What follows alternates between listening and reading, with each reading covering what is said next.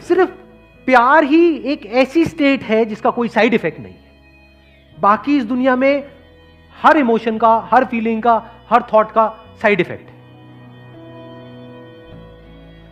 सिर्फ प्यार ही ऐसा है जिससे आप एक्चुअल में प्रेजेंट मोमेंट में आ सकते हो, जब आप ठहर जाते हो पूरी तरह से।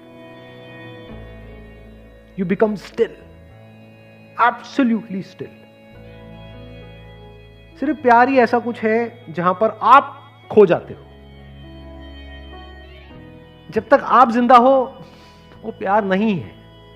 फॉर एग्जाम्पल, कोई एक्ट्रेस है जो आपको बहुत पसंद है, जैसे ही वो आपके सामने आएगी, एकदम से सोचो आपके सामने आ जाए, आप कहीं पर जा रहे हो, एकदम से आपके थोड़ी देर के लिए बोलती बंद नहीं हो जाएगी? ये क्या है? You are fascinated, you are attracted, that is not love. वो सब टेम्पररी है।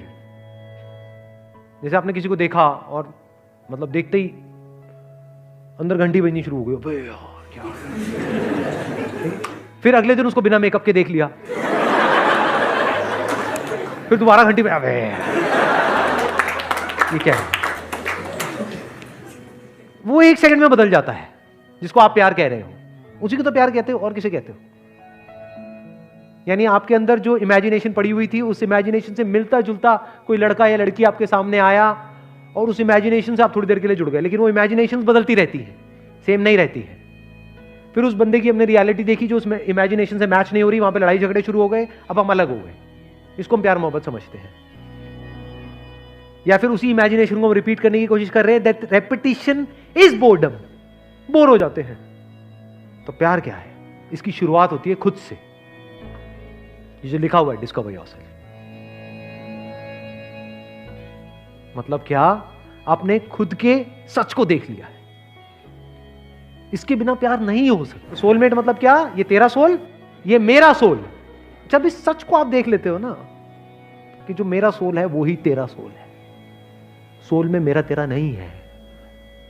जैसे कुछ जुड़ गया है, इस तरीके से जुड़ गया है जहां पे अलग होने की गुंजाइश ही नहीं है, पॉसिबिलिटी ही नहीं है, अलग हो ही नहीं सकते ना। मान लो लहर पानी से कैसे अलग होगी? है कोई तरीका अलग करने का? होके दिखाओ। अगर पानी हो तो लहर से अलग होकर के दिखाओ, दो लहरें तो अलग हो सकती हैं। तो जिसकी आप सोलमेट की बात कर रहे हो वहां पे गड़बड़ पता है क्या हो रही है? अभी आप एक सोल हो, कोई और एक और सोल है, इसके अंदर कुछ इंफॉर्मेशन पड़ी हुई है, इसके अंदर कुछ इंफॉर्मेशन पड़ी हुई है। जब तक वो इंफॉर्मेशन आपस में मिल रही है तब तक तो प्यार है। जैसे ही वो अलग अलग हो गई तो वहां पे लड़ाई झगड़े हैं। ये कुछ और चाहता है, ये कुछ और चाहती है। इसके अंदर जो सही पड़ा हुआ है वो यहां पर गलत पड़ा हुआ है, तो लड़ाई झगड़े हैं। जिसकी मैं बात कर रहा हूं वहां पर पता है क्या होता है? एग्जैक्टली क्या होता है? When you look at your soul, what is soul? Yourself. जब खुद की सारी लेयर्स को हटा लेते हो एक एक करके और एक्चुअल में देख लेते हो आप क्या हो, तो आपको कहीं पर भी कोई डिवीजन नजर नहीं आता। तो अब आप प्यार ही हो गए। तो मैं सिर्फ यहां पर नहीं हूं, मैं वहां पर भी हूं।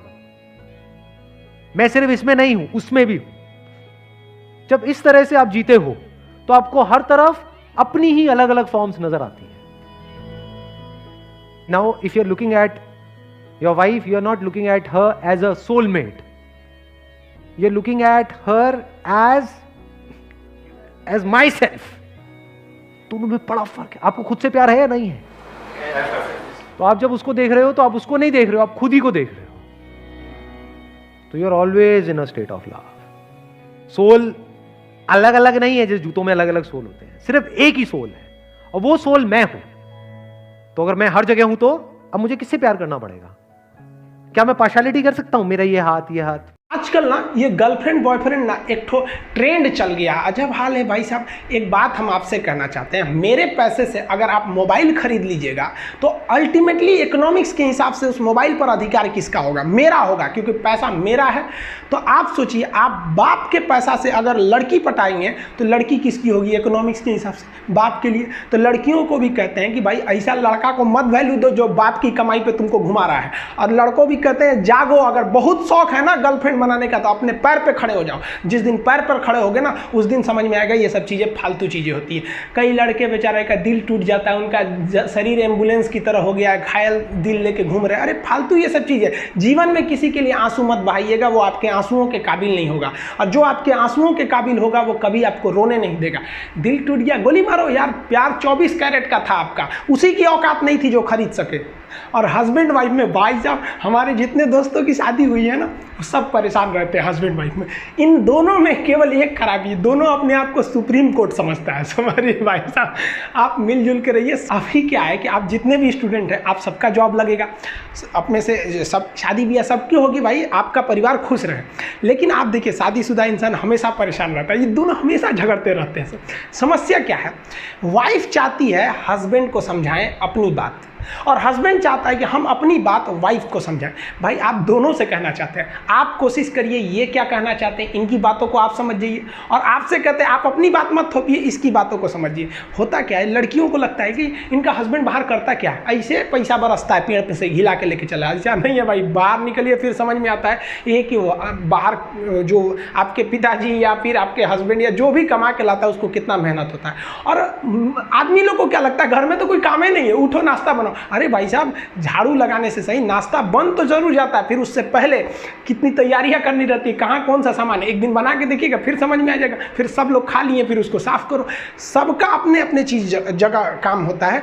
कोई दुनिया की हर चीज आपस में इंटरकनेक्टेड है, कोई ज्यादा कोई छोटा नहीं होता है। लेकिन आजकल लोगों की मेंटेलिटी क्या हो गई, दीवार की हर एक ईंट ये सोच ली है कि पूरी बिल्डिंग को हम ही रोके हुए हैं। अब बताइए, कोई एक ईंट रोका है, पूरी दीवार को, पूरे सब चीज ने मिलकर इस घर को रोक के रखा है। उसी तरह आपकी फैमिली में सबकी जरूरत होती है, आप सबकी भावनाओं को